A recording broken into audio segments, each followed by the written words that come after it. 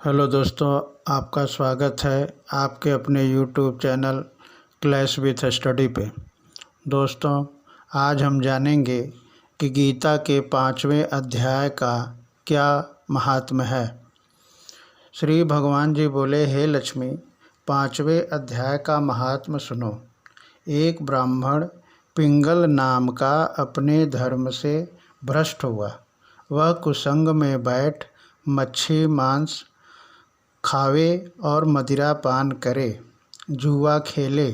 तब उस ब्राह्मण को भाईचारे में से छेंक दिया। तब वह किसी और नगर को चला गया। दैव योग कर वह पिंगल एक राजा के यहाँ नौकर हो गया। राजा के पास और लोगों की चुगलियाँ करे। जब बहुत दिन बीते तब वह धनवंत हो गया। तब उसने अपना विवाह कर लिया, पर स्त्री व्यभिचारिणी आई। वह स्त्री को मारे। एक दिन उस स्त्री को बड़ी मार पड़ी। तब उस स्त्री ने दुखी होकर अपने भर्ता को विष दे दिया। वह ब्राह्मण मर गया। उस ब्राह्मण ने गीध का जन्म पाया। कुछ काल पीछे वह स्त्री भी मर गई। उसने तोती का जन्म पाया। तब वह एक तोते की स्त्री हुई। एक दिन उस तोती ने तोते से पूछा कि हे तोते, तूने तोते का जन्म कैसे पाया। तब तोते ने कहा, हे तोती, मैं अपने पिछले जन्म की बात कहता हूँ।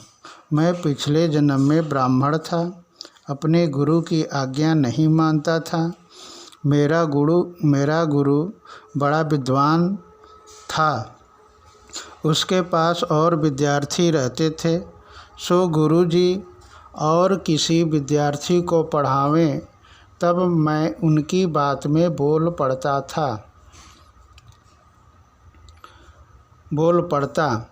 कई बार डांटा, लेकिन मैं नहीं माना। मुझको गुरुजी ने श्राप दिया। कहा, जा तू तोते का जन्म पावेगा।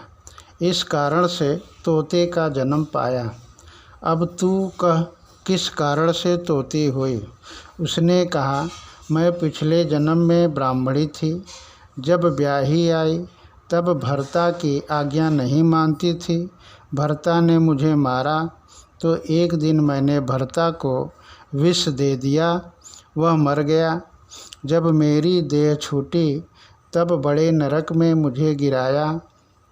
कई नरक भुगतवा कर अब मेरा तोती का जन्म हुआ। तोते ने सुनकर कहा, तू बुरी है जिसने अपने भर्ता को विष दिया।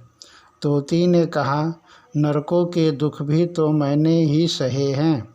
अब तो तुझे मैं भर्ता जानती हूँ। एक दिन वह तोती वन में बैठी थी। वह गीध आया। तोती को उसने पहचान लिया। वह गीध तोती को मारने चला। आगे तोती, पीछे गीध। जाते तोती एक शमशान भूमि में थक कर गिर पड़ी।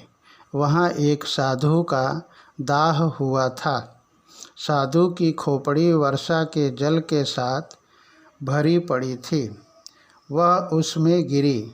इतने में गीध आया और तोती को मारने लगा। उस खोपड़ी के जल के साथ उनकी देह से धोई गई और आपस में लड़ते लड़ते मर गए और अधम देह से छूटकर देवदेही पाई। विमान आए जिस पर बैठकर बैकुंठ को गए। वह खोपड़ी एक साधु की थी जो गीता जी के 5वें अध्याय का पाठ करता था। वह परम पवित्र थी। उसके जल से दोनों पवित्र हो गए। जो प्राणी गंगा जी का स्नान करके श्री गीता जी का पाठ करते हैं वे बैकुंठ को जाते हैं। तो दोस्तों, आपने जान लिया होगा कि गीता के 5वें अध्याय का क्या महात्म्य है। धन्यवाद।